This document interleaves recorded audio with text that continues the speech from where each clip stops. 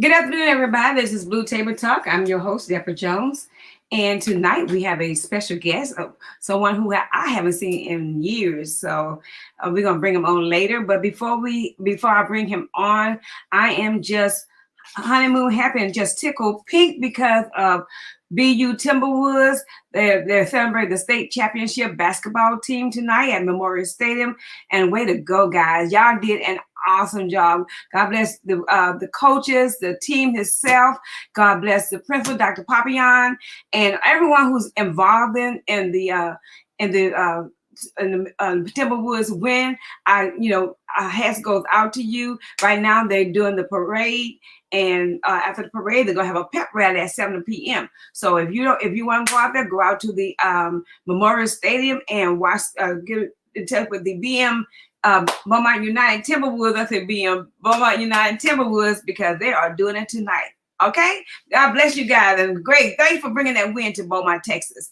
Okay, so now we always talk about the COVID and the COVID vaccine. So the COVID vaccine is still going on, and next week all adults starting at age 18 on up can get the vaccine.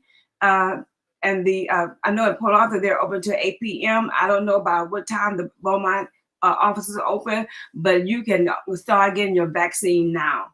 So go if you hadn't received it, go ahead and get it. You can also get it at the Beaumont clinic on College Street. So the health clinic on College Street. So all you gotta do is go and register for it and sign up, and then they will call you and they'll give you a number and stuff like that. Also, you can if you need to be tested for COVID itself, you can go to Beaumont Urgent Care, 3650 North Major Drive, Suite 100. 409-333-1272. Also, you can go to MD Kids, 490 I-10 North, Furnace Road, Suite 100. That number over there is 409-212-9988. Also, you can go to Christus Promptu on Dallin, and that number over there, you can walk in over there because they and go in there and sign up for the vaccine, but they do the vaccine Monday through Friday, and on Saturday they do testing. So if you want to do the test, they do it on Saturdays only, but the vaccine they do it throughout the week. Also, you can go to any of the urgent cares and get it. So go ahead and sign up for it, and let's get. I think about 90% of the people in Texas are vaccinated. So we need to have more than that, because in order for us to reach herd immunity, it has to be that amount, 90% in the United States, in order for us to reach herd immunity. Okay, so let's go ahead and get vaccine, and let's get it together. Now, just because you vaccine does not mean that you won't catch COVID. It means that you won't have it as bad. It's just like the flu. Once you get vaccine for the flu, you might have the flu right after, but then it's not as bad. So go ahead and get vaccine for it. The Moderna is two vaccines, and also the Pfizer is two vaccines, and the Johnson is one. Now they have a new one out right now, but it hasn't reached Texas yet. So but it's not here yet, so we're not going to even talk about it. But they have the Johnson, which is one vaccine. They have the Pfizer, which is two vaccines, and they have the Moderna, which is two vaccines. So go ahead and I don't know if it's of your choice, but go ahead and get it and get away from this COVID, because there are people who are still dying. Okay, so let's talk about voting. Voting is coming up pretty soon. Last day to register to vote will be April the 1st, 2021. Early voting starts Monday, April the 19th, 2021 through Tuesday, April the 27th, 2021. Last day to apply for ballot by mail will be Tuesday, April the 20th, 2021. Also, the last day to receive ballot by mail is Saturday, May the 1st, 2021. Receive the ballot by mail at the courthouse. Not to receive ballot by mail at your house, but at the courthouse. So that will be May the 1st, which is voting day. And so let's go ahead and get it together and get our vote on. Okay, so if you're already on with me tonight, go ahead and push the go ahead and hit your share button so that we can go on. And so we have a guest tonight. His name is Dr. Foster Expose. Couple of months back, I had his sister on, which was Jerutha Lisa Expose, and she spoke to us. So now we have her brother, Dr. Foster Expose, on with us tonight. So let me tell you a little bit about Foster when I'm waiting for him to come back in. And hey, Foster. Hey. I'm gonna give a little bio on your little bio of Okay. okay. So Dr. Foster Expose Jr. is an industrial organizational psychologist who specializes in leadership coaching and excuse me, organizational behavior. Currently, he serves as assistant manager for physician leadership development at UC Health in Denver, Colorado. Since 2006, Dr. Expose has been a strong asset working for various organizations across the nation. He is highly valued and respected by administrative and physicians, executive leaders because of his expertise in organizational behavior and leadership development. Excuse me. As an expert on organization performances, he has facilitated over 50,000 training hours on leadership topics such as organization culture, emotional intelligence, psychology of teams, communication strategies, and workplace conflicts. Due to his nearly 2 decades long accomplished track records of working with senior executives, many seasoned IO professionals have ranked him in the top 10% of the IO psychology field. Whether sharing his insight in executive meetings, leadership development classes, or private coaching, Dr. Expose consistently expresses professional energy, unwavering passion, and genuine spirit toward helping his leaders achieve their goals. He aims to explain methods to help leaders use their knowledge and passion they already possess to enhance their leadership capabilities and transform their organization culture. Dr. Expose's formal educational training includes a dual bachelor's in psychology and sociology, a master of arts in industrial organization, for psychology, and mediation certification from the University of Houston Clear Lake. He also received his PhD in psychology from Capella University.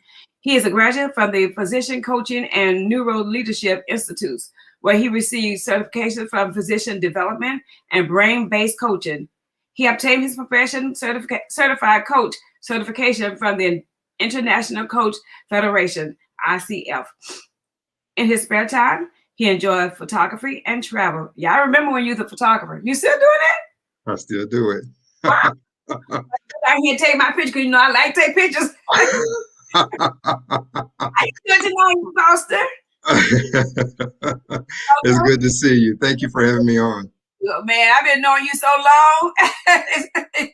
Well, you know you're one of my sons, so Yeah, it's been about 40 years. it's been Yeah. Let me try to tell people my age now. Hey, I just turned 48, so I'm pretty happy about it.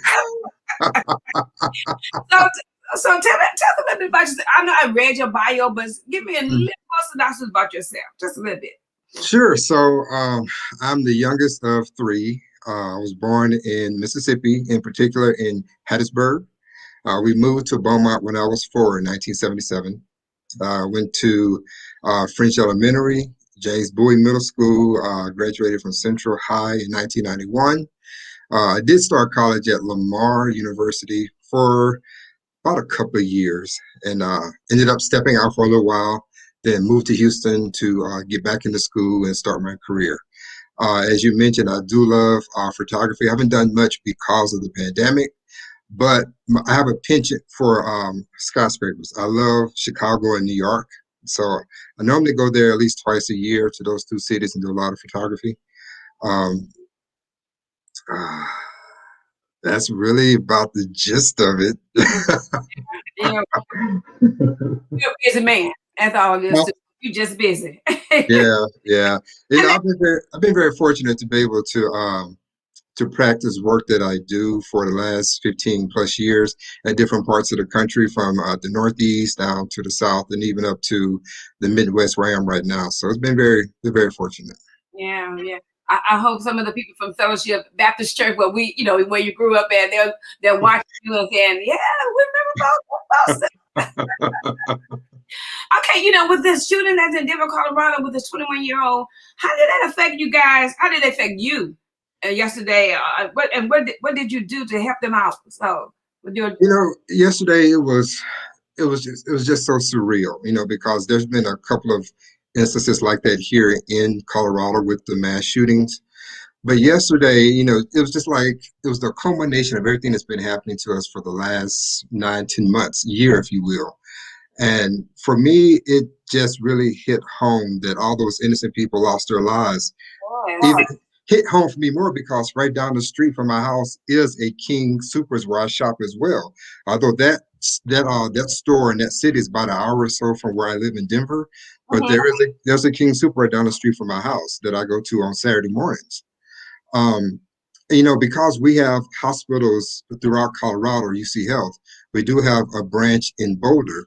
So a lot of our providers and nurses up there, when they experienced that was quite traumatic for them. So today I was on a lot of like coaching calls, helping with counseling, with the behavioral health side of the organization, talking with a lot of physician leaders as well, how just to help teams go through that traumatic situation.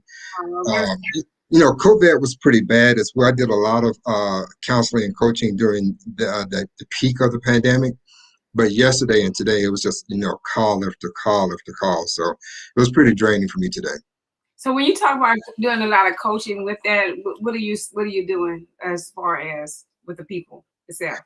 Sure. So coaching and counseling are two different things. Right. So counseling is more of I come to you, I've got a clinical issue, I need some help with that. I don't specialize in clinical issues. I specialize in organizational behavior and human performance in the work environment. So the coaching that I provide to physician leaders, they'll reach out to me and say, "This is my issue. I need help talking through it. I need to figure out a way to move past it." Or set a goal to move past it. And so today was a lot of how do I help my team? I need some guidance. I need some tools. So can you help me in the process of thinking how can I help them to process this more and build a psychologically safe environment so they can be vulnerable and share their thoughts and feelings so we can start to heal as a team. Wow. So you deal with a lot of doctors? Yeah, yeah. My job is like 98% physicians. Hmm. And Yeah. all of them are psychologists or what? No, there are surgeons, cardiologists, pediatricians. They're all different types. So are you the only one in that field that does that, or there are different other people in there? So are you the lead head person or what? Yeah, so I'm the head of physician leadership development across the system. So UC Health has some 28,000 employees, and we've got 13 hospitals from northern Colorado down to Colorado Springs. And so in that area altogether, we've got about 400 physicians that are in leadership roles. They are medical directors, chief medical officers, they're chairs, hospital administrators. So I am responsible for providing them with leadership development. Um, I'm in a very unique position because not many hospitals have dedicated funding for an internal resource like myself. They tend to send physicians to organizations like the American Association for Physician Leaders, where they can give them leadership development there. It's pretty costly. It's about $16,000 for their programs versus if they create an in-house resident or resource like myself. um, it really cuts the cost down. So again, not many people across this country have the kind of role that I have. It's about maybe 7 or 8 of us that have those roles, because again, not many hospitals are providing the kind of development to their doctors. Are you at a large hospital? Oh yeah, we got 28,000 employees. Wow. Yeah, 28,000. We've got, UC Health is broken down into 3 areas. So you have the School of Medicine, you Mhm. have the health system, and then you have the primary and urgent care clinic. So all three of those make up the system. So the university is relatively big, which is the School of Medicine. and then we got 13 hospitals, and we've got like 95 primary care clinics and urgent care clinics altogether. So big imprint across Colorado. Right. So how would you characterize the market in the field of psychology, industrial organizations section of psychology? Um, I think the U.S. Bureau of Statistics said by 2025 is going to be uh, the field that's in most demand. Um, because we as organizational scientists, we have been taught to provide assessments and look at data to see how organizations are functioning. So that also looks at the team science. How are the teams responding and working well together? What types of assessments do we need to provide leaders to make them ready and be prepared to step into their leadership roles? Also designing those pre-tests that you take before you actually get a job.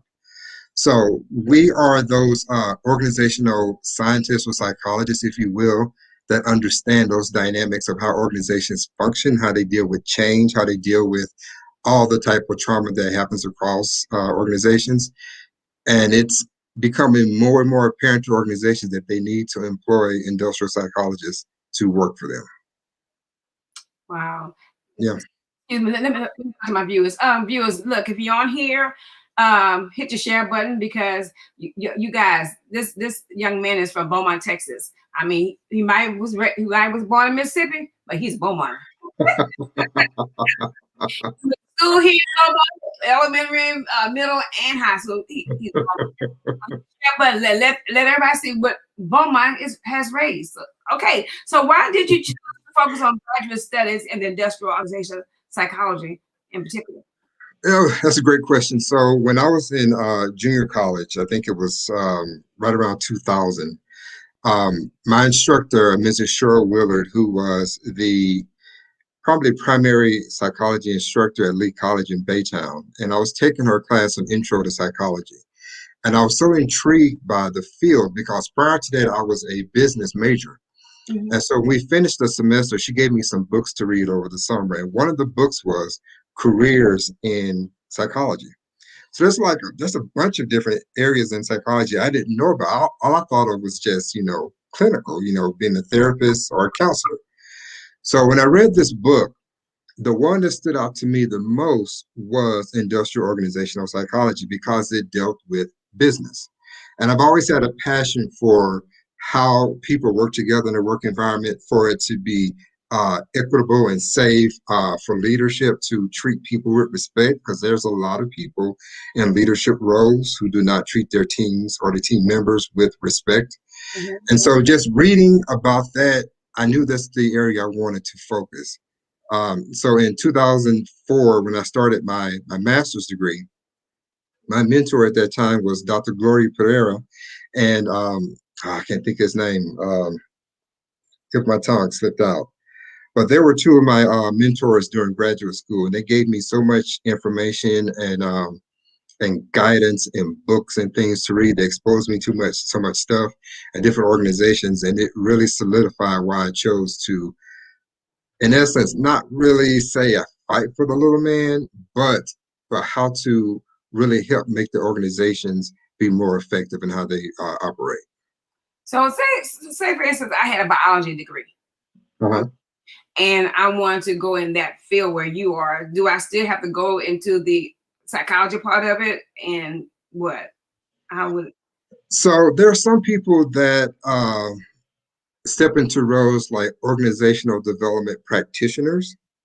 So you can maybe take like a certification program, get a certificate after about 5 or 6 months, and it'll give you the foundations of how organizational science works.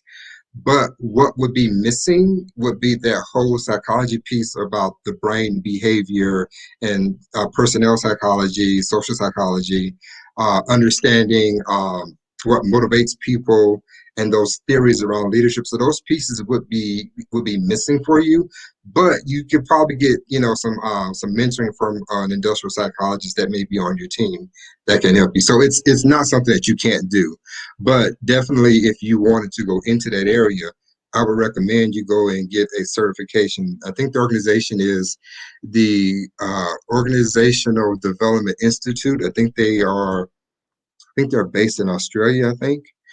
But you can go through a 6 month online program and get the fundamentals, become a practitioner. Because when you're in school, I don't care what you major in, you have to take a psychology course. Oh yeah, So, oh yeah, it probably is not in depth as where you are, but it's just, I guess it's intro psychology, whatever. yeah, yeah, But um, I'm like I said, I'm sure if there's a will, there's a way. yeah. Absolutely, absolutely. I mean, people change careers all the time. Fine. Yeah, like I said, you could become an organizational development practitioner, and you can get those skills through that certification. With that biology degree, right? Yep, yep. So it's just going back to school. Yeah, going back to school, getting those fundamentals, and learning just the scientific piece of organizations, how they work, mainly around how helping organizations manage through change, Hmm. strategic planning, that kind of stuff, coaching leaders, and understanding teams. So yeah, I've had people that have asked about that they've went and got MBAs and wanted to get into organizational development, so they would go back and get those certifications. Yeah. What is the most rewarding aspect of your career and most challenging part of Uh, yeah, I it? like that question. For me, the most rewarding part of my career and the work that I do, as I said, I mentioned I work with doctors, and doctors for me are phenomenal individuals. They're extremely smart and they absorb things really, really quick. And as a coach, when I sit down and work with them, let's put it in the context. Let's say, okay, I'm a new leader, I'm a physician, and I want to excel at being a leader. And they'll come to me and say, I don't know how to handle like difficult conversations. So they come and they set that goal, and we start working together. And as I watch them go through their metamorphosis and start making a transition to be able to step into that leader that they want to be and have those difficult conversations and gain that confidence, that's very rewarding for me to see that happening face to face, one on one. That's rewarding for me. The challenge for my career is educating people about what I do, because people tend to see the finished product and they think, oh, that's easy, I can do that. But there's so much research and scientific practices that go into an organizational initiative or strategy that has to come into play before you actually see the end product. So there's always people get a passion about wanting to do the kind of work, but when you explain to them about, you have to create the assessment, you have to validate it, and do all these other things you have to do before you put it in front of a senior leader, that's a lot of steps and a lot of educational pieces you have to know about to get to that point. So that's what's always the challenging part, is to educate people what I do and how I can help them. And I know it's for a fact that you were a photographer and you did different other stuff in your lifetime before you Mhm. before you were where you are now. So when you got to where you are in your career, was it Mhm. was it challenging, or was it like, I'm so scared I can't do, I don't want to tell anybody something wrong, or were you afraid when you went in there, or what? Oh my goodness, yes. I know you have praying parents, because I remember your parents. Okay, I remember your dad. I remember the expose, and I know your mom. And so, were you afraid of that you were gonna say something wrong, or what? How did? Absolutely, because they're looking to you as the scientist to make the recommendation. I remember when I was at Baker Hughes in Houston. Baker Hughes is an oil and gas service provider. They provide the drill bits for like your shells and chevrons to drill for the oil. And so I was the advisor to the CFO council. This was 18 um, older white gentlemen who could have been my dad from across the world. And I was there to make recommendations about a leader competency package from a vendor. And this was a multi-million-dollar deal. And I'd been with the organization 2 weeks or whatever. I was petrified when I went into that room. Because first of all, I met is 18 white men I'd never seen before in my life. They never seen me before. And my boss, who was there prior to me, went out on maternity leave. So she turned it over to me and I walked in to make the recommendations. So, yes, I was terrified. But I had my facts together, I understood what I need to make the recommendations on, how I was going to impact them, how the best to do it.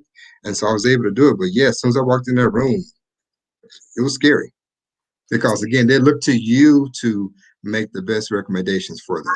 Right. So how many doctors do you work with? The doctors right now, so in the primary care and urgent care clinics, we've got a total of 83. And across the system, close to 400. So I work with a lot of doctors. So for the last 7 years, I've been in healthcare. So the number of doctors I've interacted with and been through my actual leadership programs I've given them, been about 300 plus. It's been a lot. Wow. Yeah. I'm so proud of you. Thank you. I just look at and say, I'm so proud of you. So how does your work benefit society? Now I just know that you're dealing with that shooting and everything. So, but how does it benefit society?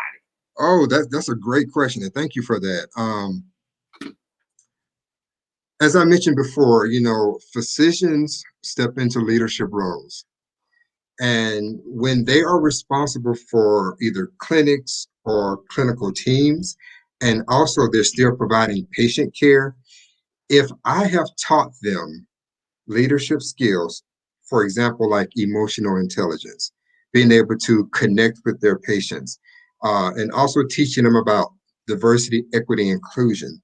That just because you had a bad experience as a white physician with a Hispanic patient, not all Hispanic patients will be the same.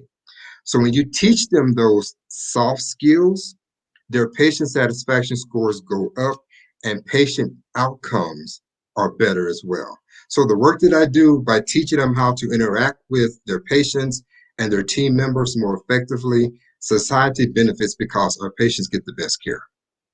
That's not taught in school for them. I mean, don't bedside manners or whatever that's not taught to them is really. Doctors are not taught leadership skills at all. They're not. What happens for them is when they're in their residency training, they form this hypothesis of what they think leadership looks like. So say, for example, I'm a first year resident, and let's say you're a fourth year resident, so you're like in a leader role and you're teaching me about being a doctor.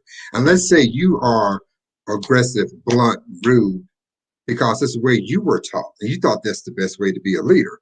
And so me as a new resident, I'm watching you as a leader and I'm picking up those nuggets, putting them in my toolkit, thinking, okay, well, if that's how you lead, Deborah does it, that's the way I'm going to do it. So once I finish residency and actually start practicing as a physician, and I get out there and I'm using those same rude or abrupt, nasty ways of talking to people, I find out that it doesn't work for me.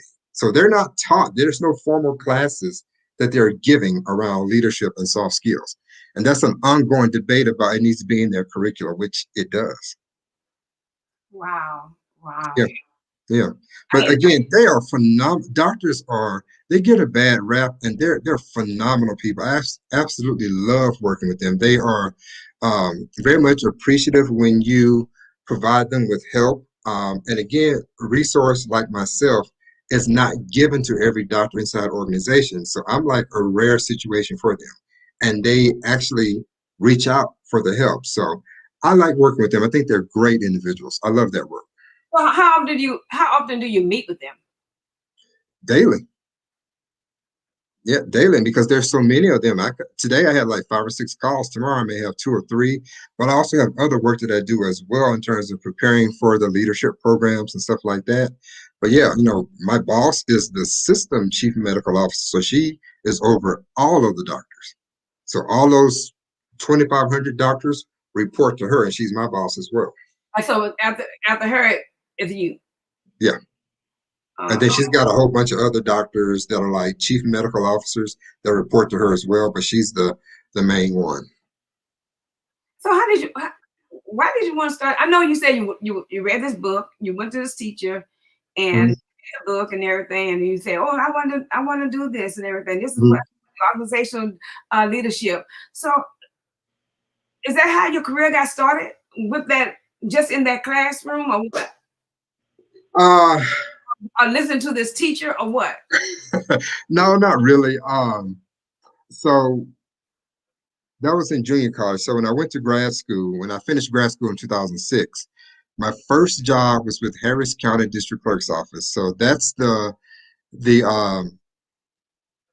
the entity inside of Harris County in Houston in particular that has all of the courts, like your family, civil, criminal, juvenile, all those courts fall underneath uh, the district clerk. Hmm. And one of my colleagues at the time, she was doing an internship for them. And so right after we graduated, she said, hey, we've got an opening on the team. So go ahead and come on and apply. And I applied. And so I've had the chance to do this kind of work in like local government for a couple of years, and I did some consulting across the country, um, and then some oil and gas. But I didn't get into healthcare until 2014 when I got recruited to Dallas with Children's Health System of Texas. Okay, okay. So that's how things. You've been doing this ever since 2006. 2014 with doctors, but since my career, 2006. Okay, okay, okay. I see. Think about the most exciting and energizing aspects of current or recent position. What did you specifically enjoy about it, and why do you enjoy it? Um,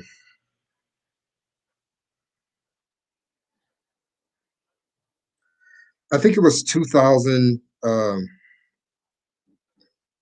Hmm, Getting old here. 2010. 2010. I was working for Accenture as a consultant, and I was actually working in um, Brooklyn Heights, in New York. Hmm. And Con Edison, which is like one of the oldest electric companies in the New York area, they were implementing SAP, which is a forecasting system where they can track their dollars and stuff like that.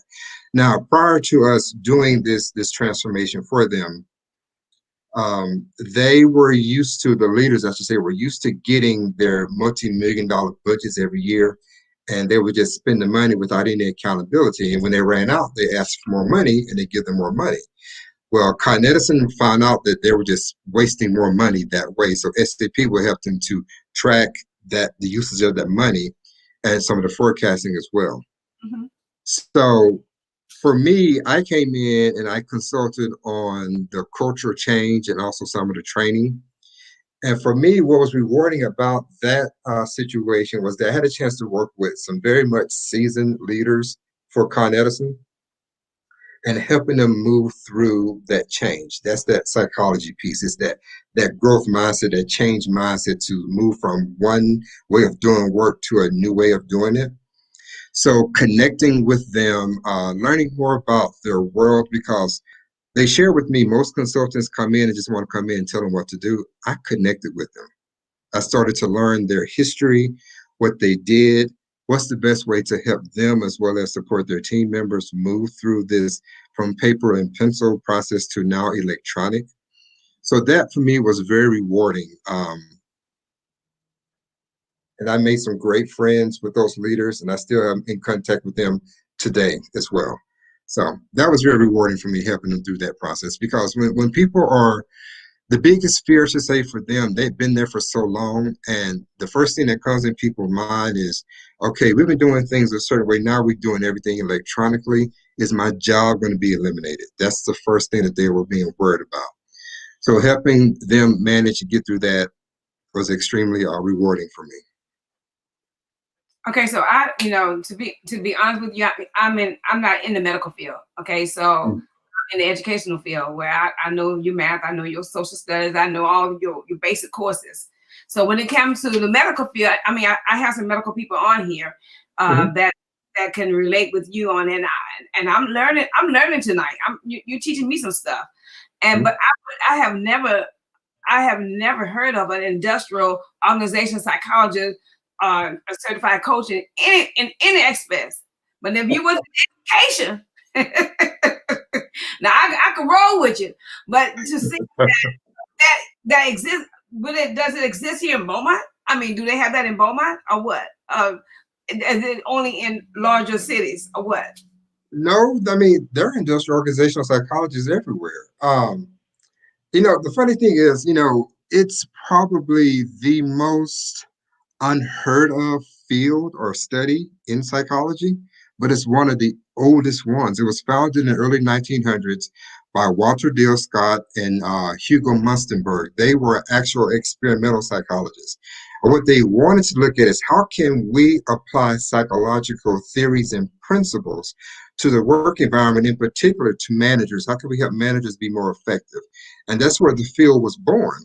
So a lot of people don't know about us. To be even more direct, you've got people that are clinical psychologists who are trying to make the jump over to industrial psychology because it is the industry or the field, I should say, is the most demanding in psychology. Now I heard of clinical psychologists. I heard of that. Yeah. But Yeah. the part of it, I never heard of that. So I'm actually, the question is, because when you say psychologist, Black people pull away from that Yeah. because because they don't believe in it. I mean, that's how we were brought up, Yeah. Yeah. because when what's the first thing we say? We say, go see a psychiatrist. We say, I'm gonna trust God. I'm gonna trust Yeah. God to do. He gonna guide me through this and everything else. But we don't realize that at some point, God gave y'all the instrument to work with us. Yeah. So, but we don't understand that. I remember. Let me take you back. Let me take you back. My husband passed away, and Mhm. when he passed away, a psychiatrist, they wanted me to see a psychiatrist because of his death. The way he passed away and everything. Because a lot of people need that comfort. Yeah. I said, I don't need that. I'm gonna trust God, and He's gonna bring me through. And then, as I went down the line, I wish I had have done that because there were some things that I went through. I probably Mhm. would go through Yeah. if I had some help. Mhm. But to be when you say psychiatry, we kind of run. Like I said, we kind of run away from that. Yeah. So why is it that we do that? Is it because of our culture? You know, It's culture, it's our religious beliefs. Like what you just said, I don't need that. I'm gonna go get me some Jesus. But the funny thing, Auntie, is that, people will reach out to me and say, can I take you to lunch? Can I pick your brain? I'm like, no, let's leave it alone, let it heal. Because it's been through it's been through a lot. But it's you sit down and have a conversation and it's like, okay, why is it that you're comfortable talking to me about some solutions versus you going to see an actual therapist? hmm Well, I trust you. I said, well, I appreciate that. I said, but just like even in actual medicine, doctors have different specializations. My specialization is not clinical. I said, hmm what I'm hearing from you, you're having some clinical issues. So I would hmm definitely recommend you go see a clinician that can help you and maybe prescribe some medication to help you. hmm My work is really inside the work environment because you know you think about people that have psychological disorders. That's one thing, but when you talk about from a team science perspective, when you've got 8, 9, 10 people coming together to make your team's DNA, and as you know, when you talk about someone's DNA, you got mom and dad. That child has mom and dad's DNA to make it, right? Right. So when you pull a team together, you got 8, 9, 10 people together, you bring in everybody's personality, beliefs, communication, education, religion, all that stuff comes together and that makes your team. hmm So that's the DNA of your team. So from my work as a psychologist, I help leaders understand this is the DNA of your team. This is what you are dealing with. This is how you approach your situation. hmm Yeah. Yeah. Yeah. It's weird. Yeah. What skill do you find most useful? Say it again. What leadership skill do you find most useful? Um, I definitely think emotional intelligence is a very important leadership skill. Um, and I share that with you because it's something that I teach and I do like in 3 and 4 hour sessions. I also do an actual assessment where I do your debrief and walk you through some areas where you can improve. But I'll tell you why emotional intelligence is so important to have. And I think mainly I take it down to the Black community. Mhm. Emotional intelligence is really understanding what are those things that are said or can happen that can take you out of your normal character and do things that you should not do. And give example, a few years ago, I was in California, LAX airport. I just finished I think a 2 or 3 day conference with my boss, my new boss of about maybe 4 or 5 months. So we're on the plane. I get to my row, and my boss is like 5 or 6 rows, in essence, behind me, but in front of me because I was getting on the plane. So as I get to the row, there is a lady sitting in the middle seat, and her child was in a car seat on the window, which was my seat, the window seat. Mhm. And so approached the row, and I said, "Good morning, excuse me, that's my assigned seat." And so she proceeded to tell me, "Well, the stewardess said I can't put my child in a car seat on the aisle seat." I said, "Well, I'm thinking to myself, she didn't tell you to take somebody else's seat. I don't think she did that." So I said, "Let me press the button here and see if we can get us some help." So I pressed the button. And when I press the button, her husband stands up. He's on the left side of me. And now he's yelling at me, telling me that I'm less than a man. How can I kick his child out of his seat and so on and so forth? I mean, just yelling, making a big scene. My emotional intelligence allowed me not to respond to what he was doing. Because had I responded to him, the repercussions would have been possible jail time and then lost my job because I was right in front of my boss. Okay. Yeah, the flight attendant came up, asked what the problem was. I shared with her what was going on. And there he goes again, yelling that same stuff. And she said, "Sir, stop saying that. He's not kicking your child out of a chair." She said, "You've got 5 seats. Did you buy this gentleman's ticket?" He said, "No, we have no rights to his ticket. Move your child to another seat so we can sit down in his assigned seat." I made no friction. I didn't yell. I didn't look at him. I didn't interact at all. Emotional intelligence helped me maintain my composure and my professionalism so that I did not respond to that. And that's something I teach a lot of physicians on how to do because there are things that happen throughout the day that can cause them what we call emotional hijacking, meaning doing something that's out of character. You know that wouldn't have been your Deborah, right?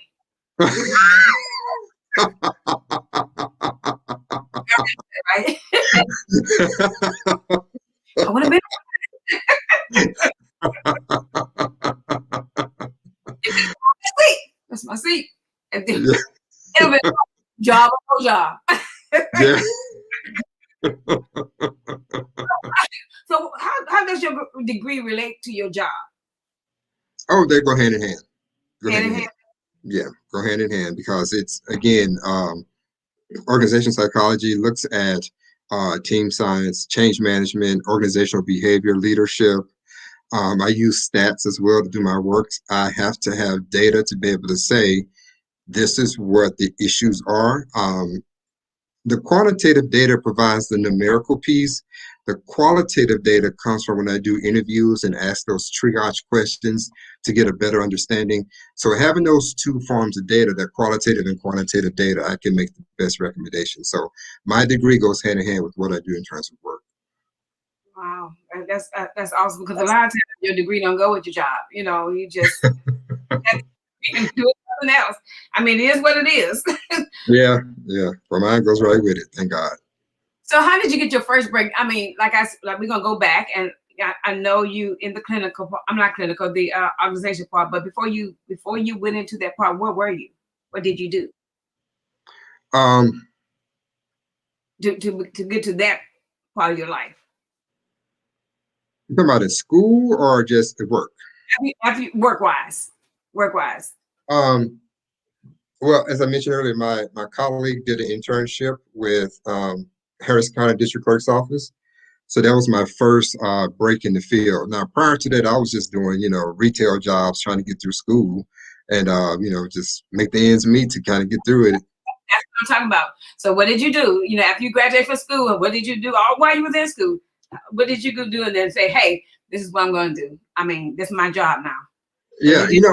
when I moved to Baytown in 97, 98, I ended up getting a job with Rent-A-Center. I was Rent-A-Center for right around 6 years. I was an account rep.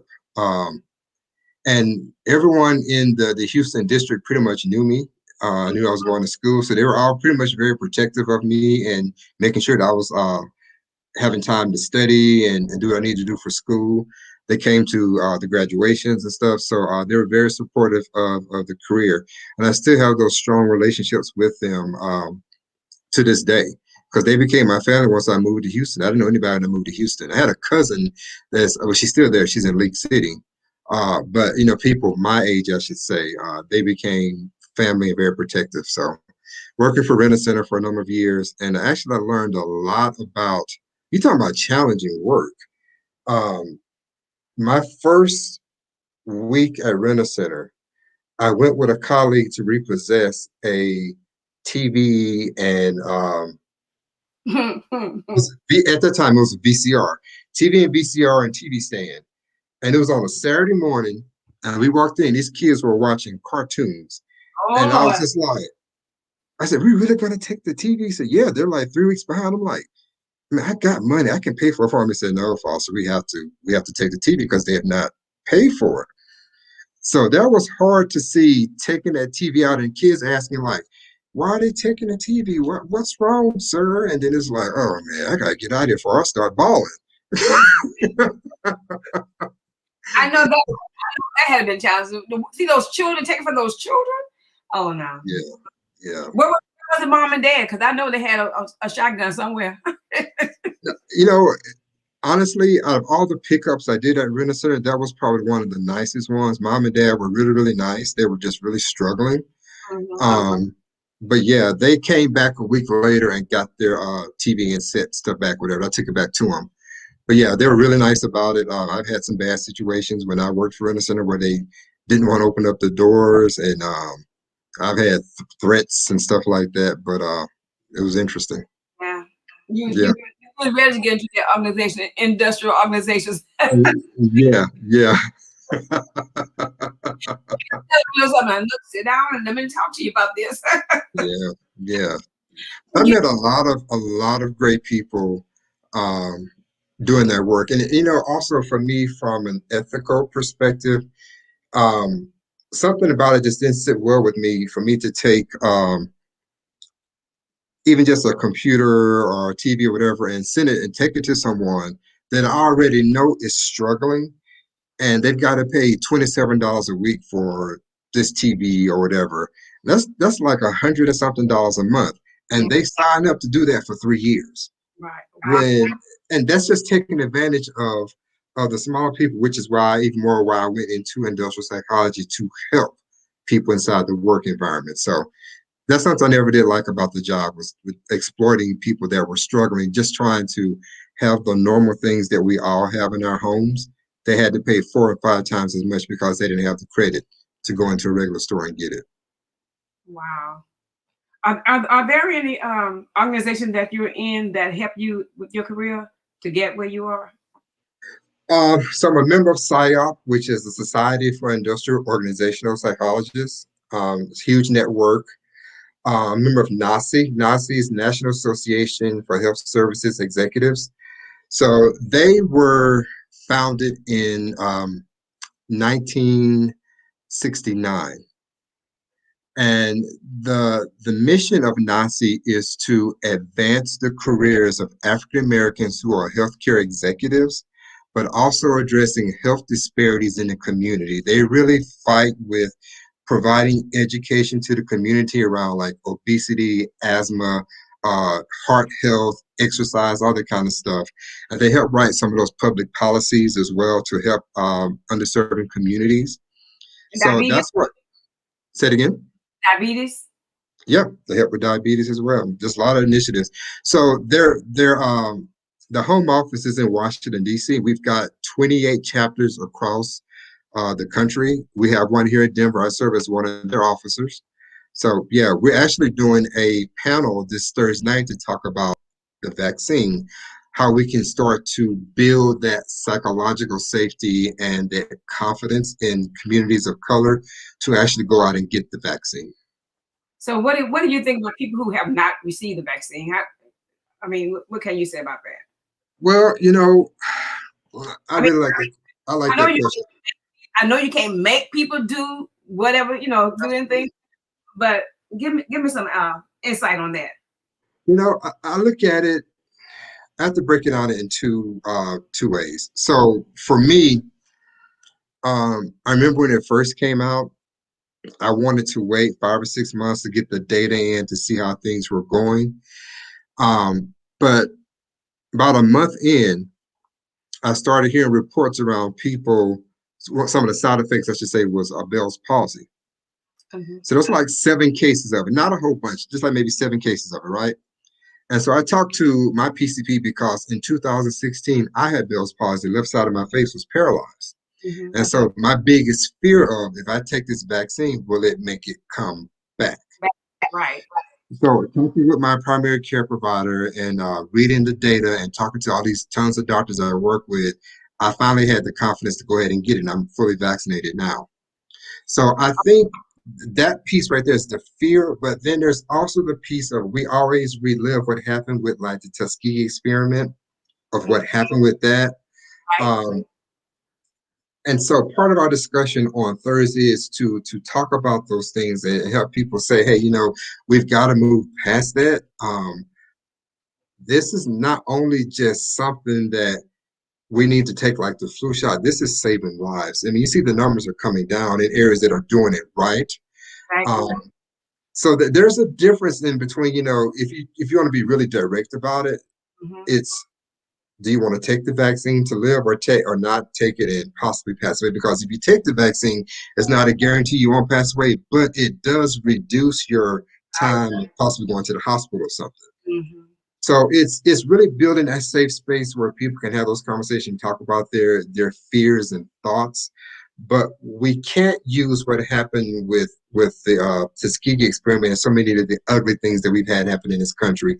We can't use that as a crutch to not move forward because I mean, if you look at the populations, there are far more whites who are going to get the vaccine than Yeah, us. exactly. Exactly. So you have to take that into account as well. I'm not saying that should be your only decision-making process that you use, Mhm. but it's just a moral and ethical thing to do right now. I think we just selling. That's all it is too. We just selling. We just got that mindset. Yeah. I was probably the first one down there trying to get mine. Yeah, what would you tell students who wants to become an organizational psychologist, industrial psychologist? Yeah, it's a good question because I have a lot of students that do ask me that. My first question is, why do you want to do it? Mm-hmm.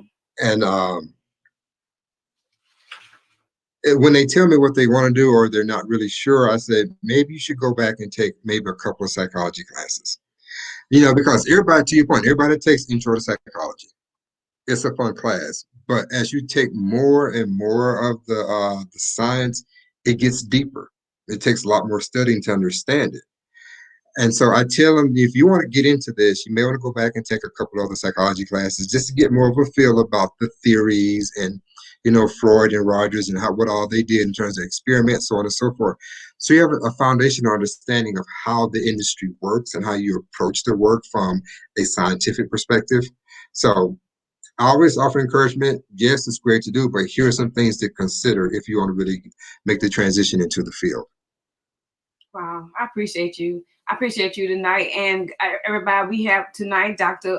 Foster Expose Jr. He is I'm going back to tell you, he is a Beaumont. He was born in Mississippi, but he came. He's also he was also one of my I'm gonna have this one of my viewers just cracking up. He's also one of my nephews.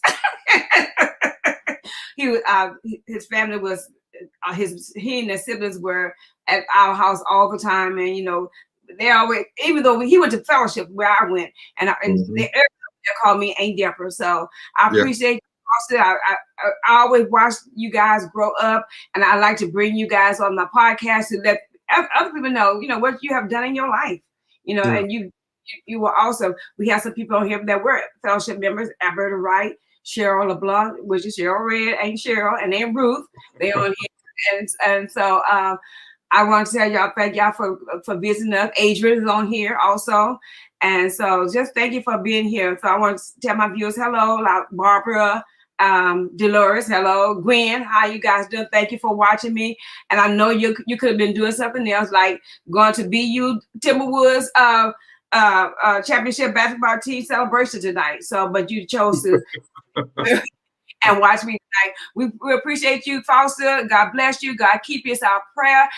Everybody, I always say, if I can help somebody as I pass along this way, then I know that my living is not in vain. God bless you. God keep you is my word. Smooches, we're gonna sign off tonight. Stay on, Good Foster. night.